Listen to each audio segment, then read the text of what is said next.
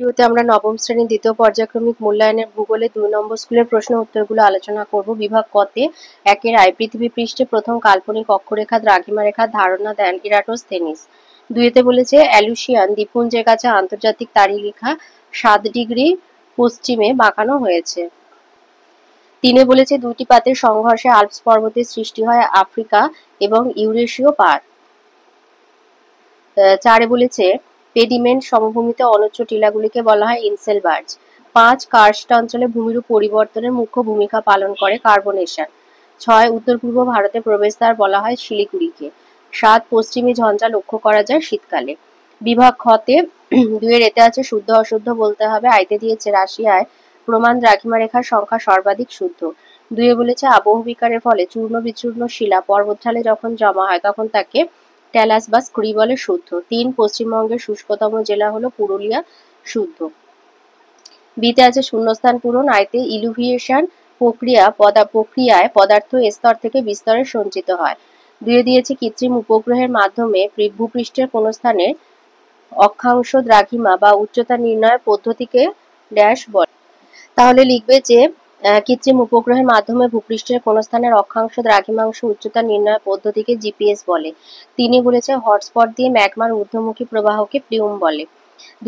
সিতে আছে ২-১ কথায় উত্তর দাও। আইতে দিয়েছে কোন আগ্নেয় পর্বতকে ভূমধ্যসাগরীয় আলোকস্তম্ভ বলা হয় স্ট্রম্বোলিকে। ২-এ বলেছে চুনাপাথরযুক্ত অঞ্চলে রাসায়নিক আবহবিকারের ফলে সৃষ্ট লৌহকণা সমৃদ্ধ ভূ আস্তরণকে কি বলে টেরারোসা। এটা অনিরুদ্ধ হাজরার বইয়ে ৭২ পাতায় রয়েছে। ৩-এ দিয়েছে বরেন্দ্রভূমি বলতে কি বোঝো। বরেন্দ্রভূমি বা বারিন্দ দক্ষিণে দিনাজপুর এবং মালদার পূর্বাংশ হলো বরেন্দ্রভূমি বা বারিন্দ্র। এটি মৃদু ঢেউ খেলানো ও প্রাচীন পলিমাটি সমৃদ্ধ অঞ্চল। এখানে কয়েকটি ল্যাটেরাইটের ঢিবি রয়েছে। তো এটা তো হচ্ছে তোমার ১ নম্বরের উত্তর। তাহলে লিখবে দক্ষিণে দিনাজপুর ও মালদার পূর্বাংশ হলো বরেন্দ্রভূমি বা বারিন্দ্র। এটার মৃদু ঢেউ খেলানো প্রাচীন পলিমাটি সমৃদ্ধ অঞ্চল। বিভাগ গতে আসি। ৩-এর আইতে দিয়েছে রাত্রিবেলা কোন স্থানের অক্ষাংশ কিভাবে নির্ণয় করা যায়। লিখবে রাত্রিবেলা উত্তর গোলার্ধে ধ্রুবতারা দক্ষিণ গোলার্ধে সিগমা অক্টান্টিসের সাহায্যে অবস্থান নির্ণয় করা হয়। রাত্রে যে কোনো স্থানে ধ্রুবতারা ও সিগমা অক্টান্টিসের উন্নতি কোণ হলো সেই স্থানের অক্ষাংশ। ধ্রুবতারাকে নিরক্ষরেখায় দিগন্তে ০ ডিগ্রি এবং সুমেরুতে মাথার উপর ৯০ ডিগ্রিতে দেখা যায়। অথবাতে দিয়েছে নিরক্ষরেখা বরাবর হাঁটলে এবং মূল মধ্যরেখা বরাবর হাঁটলে কিসের পরিবর্তন হয়। এই যে নিরক্ষরেখা বরাবর হাঁটলে সময়ের পরিবর্তন হয়, কিন্তু মূল মধ্যরেখা বরাবর হাঁটলে জলবায়ুর পরিবর্তন হয়। নিরক্ষরেখা পূর্ব পশ্চিমে প্রতিটি দ্রাঘিমা রেখাকে সমকোণে ছেদ করেছে। অর্থাৎ নিরক্ষরেখা বরাবর হাঁটলে দ্রাঘিমা রেখার পরিবর্তন হয় এবং দ্রাঘিমা রেখা পরিবর্তনে ১ ডিগ্রিতে ৪ মিনিট হারে সময় বাড়ে বা কমে বলে নিরক্ষরেখা বরাবর সময়ের পরিবর্তন ঘটে। অপরদিকে দুই মেরু সংযোগকারী মূল মধ্যরেখা প্রতিটি অক্ষরেখাকে সমকোণে ছেদ করেছে এবং অক্ষরেখা পরিবর্তনে উষ্ণতা তথা জলবায়ুর পরিবর্তন ঘটে বলে মূল মধ্যরেখা বরাবর হাঁটলে অক্ষরেখার পরিবর্তন ঘটে বলে জলবায়ুর পরিবর্তন ঘটে।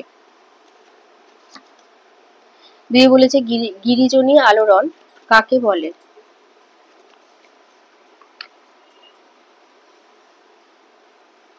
গিরিজনী আলোড়ন গ্রিক শব্দ ওরস এর অর্থ হলো পর্বত আর জেনেসিসের অর্থ উৎপত্তি। অতএব অরোজেনিক এর অর্থ হলো পর্বত গঠন। তাহলে যে ভূ আলোড়নের প্রভাবে পর্বত বিশেষত ভঙ্গিল পর্বত গঠিত হয় তাকে গিরিজনী আলোড়ন বলে। এই আলোড়নে শিলায় টান পীড়ন ভাঁজ পড়ে ও ভঙ্গিল পর্বত গঠিত হয়। অথবাতে দিয়েছে মালভূমি খনিজ সম্পদে সমৃদ্ধ কেন।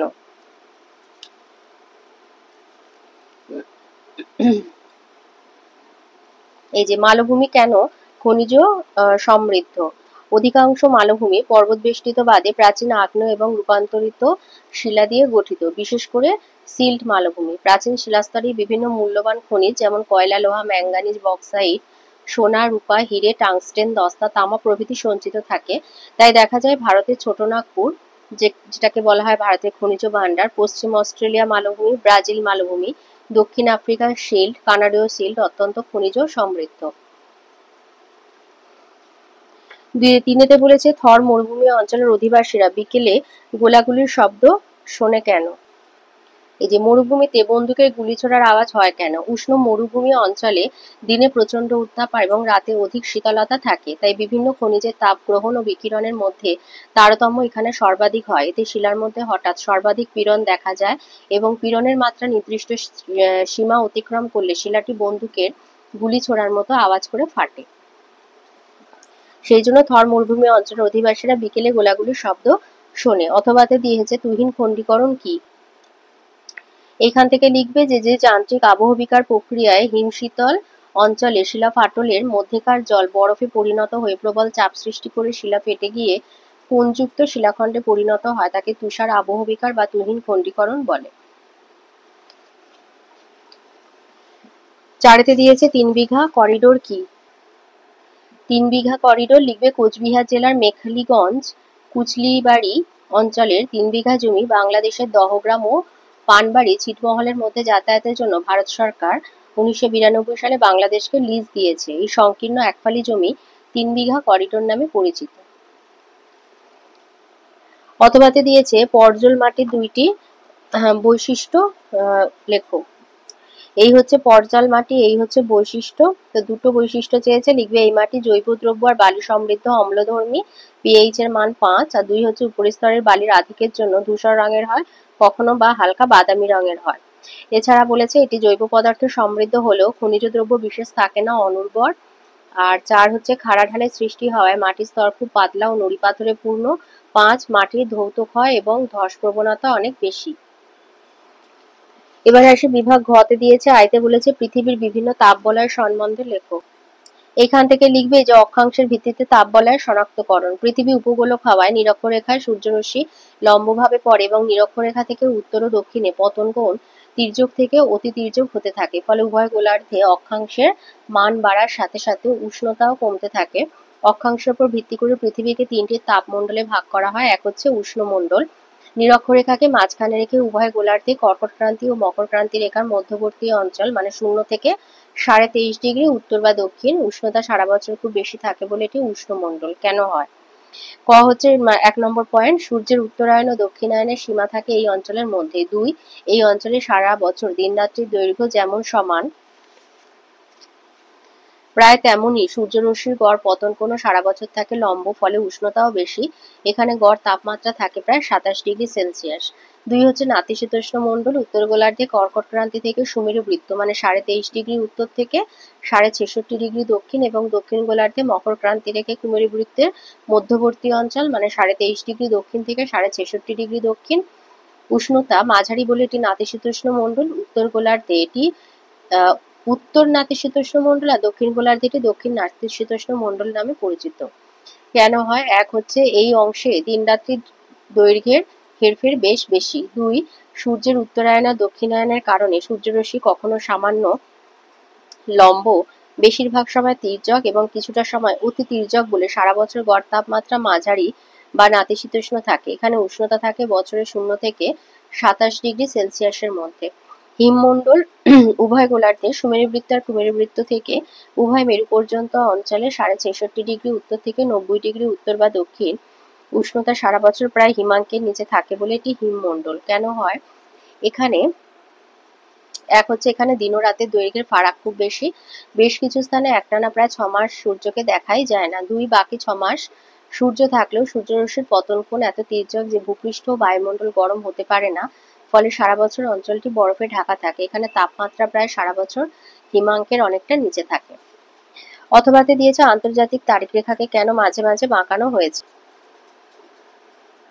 আন্তর্জাতিক তারিখ রেখা মাঝে মাঝে বাঁকিয়ে দেওয়া দরকার হলো কেন? 180 ডিগ্রি দ্রাঘিমা বরাবর বেশ কিছু স্থানে স্থলভাগ ও দ্বীপ পড়ে গেছে। ফলে একই দেশ ও দ্বীপে বসবাসকারী মানুষদের একই দিনে দুটো তারিখ হয়ে যাবে। এতে করে মানুষের তারিখ নিয়ে ভীষণ বিভ্রান্তি দেখা দিত। এই কারণেই বেশ কয়েকটি স্থানে আন্তর্জাতিক তারিখ রেখাকে অনেকটা বেঁকিয়ে ধরা হয়েছে।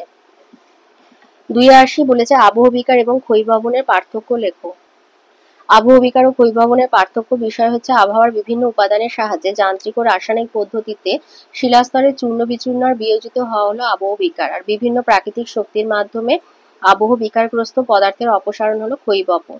বৈশিষ্ট্য: এই পদ্ধতিতে পদার্থের স্থান পরিবর্তন হয় না, এটি একটি স্থৈতিক প্রক্রিয়া আর ক্ষয়ীভবন প্রক্রিয়ায় পদার্থের স্থান পরিবর্তন হয় বলে এটি একটি গতিশীল প্রক্রিয়া।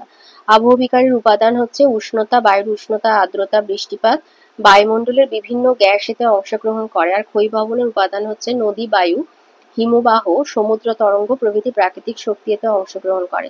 আবহবিকারের ফলাফল হচ্ছে আবহবিকার ক্ষয়ীভবনকে ত্বরান্বিত করে। আর ক্ষয়ীভবন আবহবিকার ছাড়াও শিলাস্তরের ক্ষয়ীভবন সম্ভব।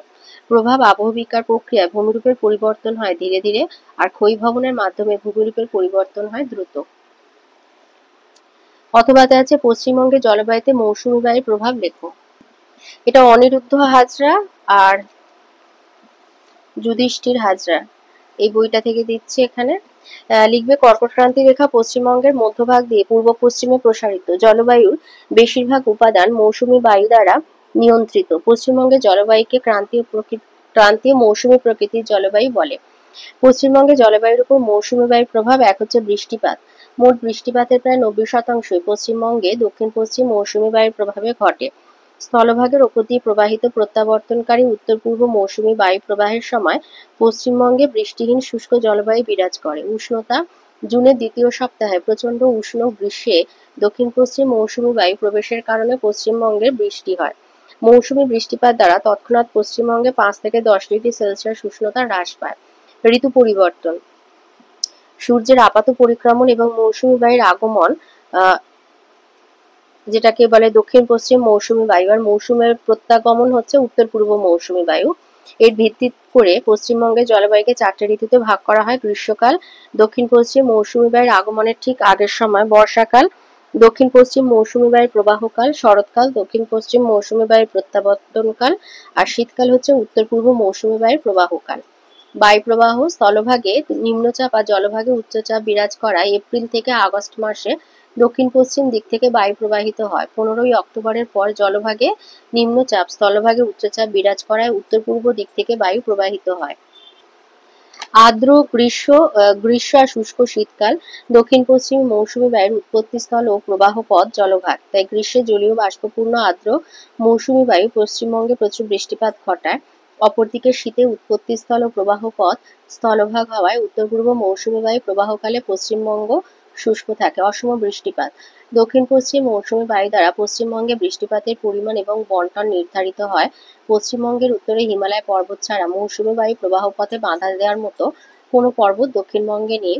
এই কারণে উত্তরবঙ্গে বার্ষিক গড় বৃষ্টিপাত 200 থেকে 300 সেমি, দক্ষিণবঙ্গে 150 থেকে 200 সেমি, আর পশ্চিমে মালভূমি অঞ্চলে 100 থেকে 125 সেমি বৃষ্টিপাত হয়। খরা ও বন্যার বা নিয়ন্ত্রক 15ই জুন পশ্চিমবঙ্গে মৌসুমী বায়ু প্রবেশ করে। মৌসুমী বায়ু পশ্চিমবঙ্গে দেরিতে প্রবেশ করলে খরা পরিস্থিতির সৃষ্টি হয়।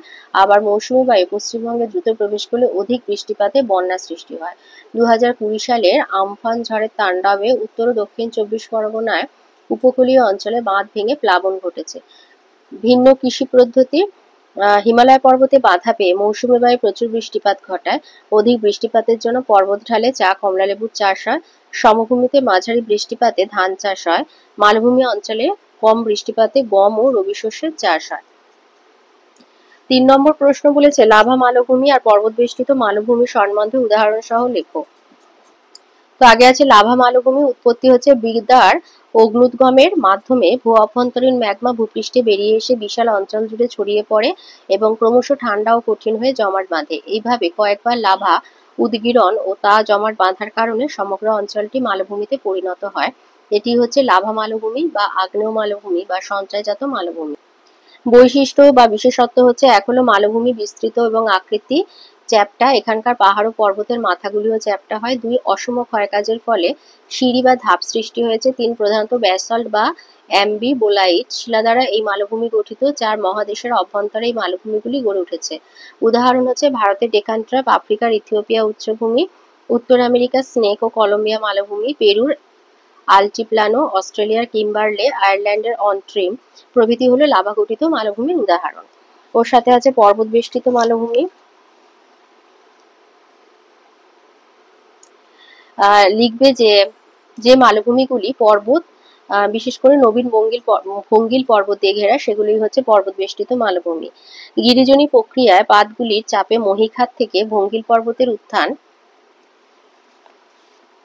যখন ঘটেছিল তখনই পর্বতগুলির সাথে সাথে মহীখাতের মধ্যবর্তী অংশ উপরে উঠে খুব উঁচু হয়ে মালভূমিতে পরিণত হয়। বিশেষত্ব বা বৈশিষ্ট্য এক হচ্ছে এই মালভূমিগুলি খুব উঁচু এবং চারিদিক নবীন ভঙ্গিল পর্বত দিয়ে ঘেরা। দুই, ভূত্বকের দুর্বল স্থানে পাঁচ সীমানা অঞ্চলে মালভূমিগুলি তৈরি হয়েছে। তিন, মালভূমিগুলির বেশিরভাগ অংশ পাললিক শিলাস্তর দিয়ে গঠিত। উদাহরণ হচ্ছে চীনের হিমালয় ও কুয়েনলুন পর্বতের মাঝে তিব্বত মালভূমি, ভারতের উচ্চ হিমালয় ও কারাকোরামের মাঝে লাদাখ মালভূমি, মধ্য এশিয়ার পামির মালভূমি, উত্তর আমেরিকার রকি পার্বত্য অঞ্চলের কলম্বিয়া, মেক্সিকো মালভূমি, দক্ষিণ আমেরিকার আন্দিজ পর্বতের ইকুয়েডর, বলিভিয়া মালভূমি এই প্রকার মালভূমির অন্তর্গত।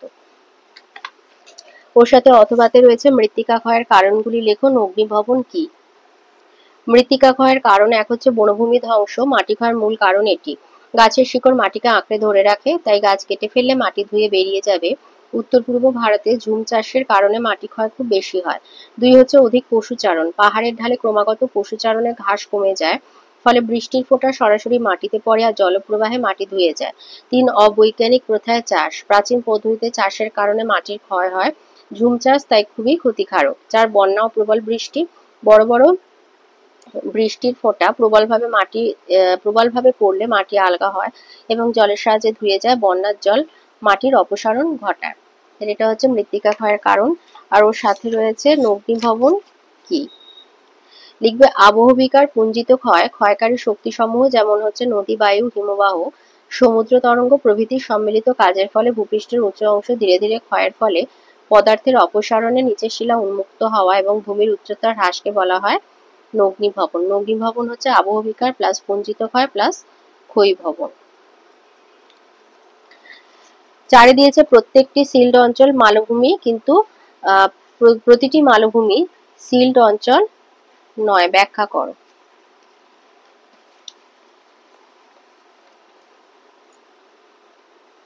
এইখান থেকে লিখবে যে মহাদেশগুলির ভিতরে এমন কতগুলি অঞ্চল আছে যেগুলো গঠিত হয়েছে অতি প্রাচীনকালে, যেখানে শিলাস্তরের বয়স 100 কোটি বছরেরও বেশি। এই ভূখণ্ডগুলি সুদৃঢ় এবং অনমনীয়, ফলে দীর্ঘকাল ধরে এই ভূমিক্ষয় হলেও অল্প বিস্তর মোচড় খাওয়া ছাড়া ভূ আন্দোলনের প্রভাব খুব বেশি পড়েনি। তবে কয়েকটি স্থান ভূ আন্দোলনের প্রভাবে উঠেছে বা বসেছে। মহাদেশের ভেতরে এই ধরনের ভূমি মহাদেশীয় মালভূমি নামে পরিচিত। এই ভূমিকেই সিল্ড অঞ্চল বা সিল্ড মালভূমি বলা হয়। সকল শিল্ড অঞ্চলগুলি যেহেতু মালভূমি আকারে রয়েছে, তাই বলা হয় সকল শিল্ড অঞ্চল মালভূমি, কিন্তু সকল মালভূমি শিল্ড অঞ্চল নয়। অথবাতে বলেছে পশ্চিমবঙ্গের সক্রিয় বদ্বীপ অঞ্চলের নদ নদীর বৈশিষ্ট্য আলোচনা করো। সক্রিয় বদ্বীপ অঞ্চল আমাদের হচ্ছে যেটা সুন্দরবন আর কি। তো সুন্দরবনের এই যে সুন্দরবন বা সক্রিয় বদ্বীপ অঞ্চলের নদী সমূহ, এখানে বলেছে নদ নদীর বৈশিষ্ট্য আলোচনা করতে। তো লিখবে পশ্চিমবঙ্গের সক্রিয় বদ্বীপ অঞ্চলের নদীগুলি নাতিদীর্ঘ এবং জোয়ার ভাটার প্রকোপের কারণেই নদীগুলির অস্তিত্ব টিকে আছে। গোসাবা, পিয়ালি, মাতলা, ঠাকুরান, রায়মঙ্গল, সপ্তমুখী ইত্যাদি হলো সুন্দরবন অঞ্চলের নদী। বৈশিষ্ট্য হচ্ছে এই নদীগুলির উচ্চ অংশ মজে যাওয়ার কারণে অস্তিত্ব নেই। দুই, নদীগুলিতে জোয়ার ভাটা খেলে এবং জোয়ারের জল পুষ্ট বলে চিরপ্রবাহী। তিন, জোয়ারের কারণেই জল লবণাক্ত এবং উজান স্রোত দেখা যায়। চার, চওড়া খাঁড়ির সৃষ্টি হয়েছে। বিভাগ উমতে আসি। 5-এর আয়তে দিয়েছে 28 ফেব্রুয়ারি 1990 লন্ডনে স্থানীয় সময় সন্ধ্যে 7টা হলে কলকাতার স্থানীয় সময় এবং তারিখ কত ছিল? লিখবে যে উভয় স্থানের মধ্যে সময়ের পার্থক্য হচ্ছে 88 ডিগ্রি 30 মিনিট থেকে 0 ডিগ্রি, তো 88 ডিগ্রি 30 মিনিট। তো 1 ডিগ্রি দ্রাঘিমার জন্য সময় পার্থক্য 4 মিনিট হয়, তাহলে 88 ডিগ্রি দ্রাঘিমার পার্থক্য 88 গুণ 4 মানে 352 মিনিট। আবার 60 মিনিট দ্রাঘিমার পার্থক্যে সময়ের পার্থক্য হয় 4 মিনিট, তাহলে 1 ডিগ্রিতে হবে 4-এর 60 আর 30 ডিগ্রিতে 4 গুণ 30/60 মানে 2 মিনিট। তাহলে মোট সময়ের পার্থক্য 352 যোগ 2 354 মিনিট বা 5 ঘন্টা 54 মিনিট। যেহেতু কলকাতা লন্ডনের পূর্বে অবস্থিত, সুতরাং কলকাতার স্থানীয় সময় বেশি হবে প্লাস, তাহলে কলকাতার স্থানীয় সময় হবে সন্ধে 7টা প্লাস 5 ঘন্টা 54 মিনিট। তাহলে 1990 সালের 1 মার্চ রাত 12টা 54 মিনিট হবে উত্তর।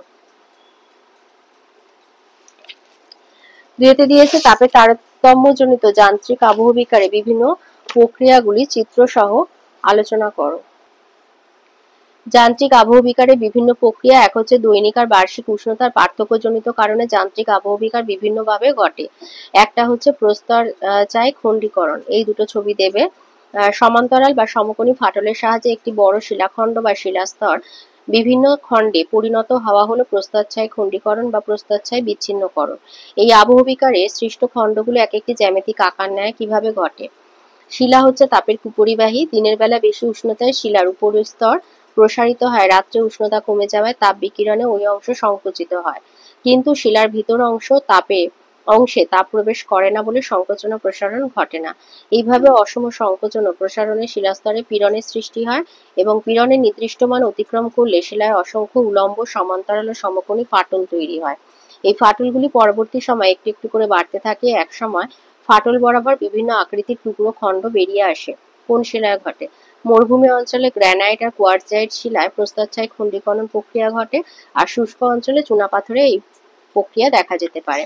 স্বল্পমোচন সমসত্ব প্রকৃতির শিলার উপরিভাগ থেকে পেঁয়াজের খোসার মতো পাতলা পাতলা স্তর খুলে যাওয়া স্বল্পমোচন। এটিকে অনিয়ন ওয়েদারিংও বলা হয়। কিভাবে ঘটে? শিলা তাপের কুপরিবাহী হওয়ায় মূল শিলাস্তরের বাইরের অংশ দিনের বেলা প্রসারিত, রাত্রে সংকুচিত হয়। কিন্তু ভিতরের অংশ সংকুচিত ও প্রসারিত হতে পারে না। ফলে ভিতর থেকে বাইরের দিকে একটা অসম তাপীয় ঢালের সৃষ্টি হয় এবং বাইরের অংশ ক্রমাগত সংকোচন ও প্রসারণে স্তরে স্তরে খুলে যায়। মূল শিলাখণ্ডের বাইরের অংশ পেঁয়াজের খোসার মতো খুলে গিয়ে সম্পূর্ণ শিলাটি গোলাকার আকৃতি ধারণ করে, তাই এই প্রক্রিয়া উপগোলাকার আবহবিকার নামেও পরিচিত। কোন শিলায় ঘটে? মরু ও শুষ্ক অঞ্চলে কেলাসিত গ্রানাইট আর নিঃশিলায় এই প্রকার আবহবিকা দেখা যায়। আর এই ছবিটা দেবে। 3 আছে ক্ষুদ্রকণা বিসরণ। ক্ষুদ্রকণা বিসরণ এই ছবিগুলো দেবে। মরুভূমি অঞ্চলে প্রবল উষ্ণতার তারতম্যজনিত কারণে শিলা হঠাৎ আওয়াজ করে ফেটে গিয়ে ক্ষুদ্র ক্ষুদ্র খণ্ডে পরিণত হওয়া হলো ক্ষুদ্রকণা বিসরণ। কিভাবে ঘটে? শিলা যে সকল খনিজ দ্বারা গঠিত তাদের বৈশিষ্ট্য, প্রকৃতি, রং ভিন্ন। দিনের বেলা সূর্যের তাপে শিলার খনিজগুলো ভিন্ন হারে প্রসারিত এবং রাত্রে বিভিন্ন হারে সংকুচিত হয়। এইভাবে ক্রমাগত সংকোচন ও প্রসারণে শিলায় প্রবল পীড়নের সৃষ্টি হয় এবং একসময় শিলা আওয়াজ করে ফেটে ক্ষুদ্র ক্ষুদ্র খণ্ডে পরিণত হয়। মরু অঞ্চলে প্রায়শই দুপুরবেলা বা বিকেলে পিস্তল থেকে গুলি ছোড়ার মতো শিলা ফাটার আওয়াজ পাওয়া যায়। দিনের বেলা কখনো কখনো প্রচন্ড গরম শিলার ওপর বৃষ্টির জল পড়ে শিলা হঠাৎ সংকুচিত হলে তা আওয়াজ করে ফেটে যায়। কোন শিলায় ঘটে? মরুভূমি অঞ্চলে গ্রানাইট, ব্যাসল্ট শিলায় ক্ষুদ্রকণা বিসরণ ঘটে। 4 হচ্ছে তুষারের কার্যে যান্ত্রিক আবহবিকার বা বরফ কেলাস আবহবিকার। শীতপ্রধান অঞ্চলে শিলার ফাটলের মধ্যেকার জল বরফে পরিণত হয়ে প্রবল চাপ সৃষ্টির মাধ্যমে শিলা ফেটে ও ভেঙে টুকরো হলে তা তুষারের কার্যে আবহবিকার। কোন অঞ্চলে ঘটে? শীতপ্রধান উচ্চ পার্বত্য আর উচ্চ অক্ষাংশ অঞ্চলে, যেখানে দৈনন্দিন বা ঋতুভিত্তিক উষ্ণতার হেরফের খুব বেশি, মানে দিনের বেলা হিমাঙ্কের ওপরে, রাত্রে হিমাঙ্কের নিচে, সেখানে তুষারের কাজে যান্ত্রিক আবহবিকারের প্রাধান্য লক্ষ্য করা যায়। কিভাবে ঘটে? জল জমে বরফে পরিণত হলে আয়তনে প্রায় 9% বাড়ে। এই জল যদি আবদ্ধ এলাকায় জমে তাহলে প্রবল চাপ সৃষ্টি করে। শিলা ফাটলে জল বরফে পরিণত হলে ফাটলের ভিতরে প্রবল পীড়নের সৃষ্টি হয়। এই পীড়ন শিলার পীড়ন সহ্য করার ক্ষমতা থেকে অনেক বেশি, ফলে শিলা ফাটল ক্রমশ বাড়তে বাড়তে একসময় টুকরো টুকরো খণ্ডে পরিণত হয়। এই টুকরো টুকরো খণ্ড পর্বতের পাদদেশে স্ক্রিয়া ট্যালাস গঠন করে। ট্যালাস দিয়ে গঠিত ভূমিরূপ হচ্ছে ব্লক স্পেট, ফেলসেনমির, প্রস্তরক্ষেত্র ইত্যাদি নামে পরিচিত। আর এইটা দিয়ে দেবে, এই ছবি দুটো দিয়ে দেবে।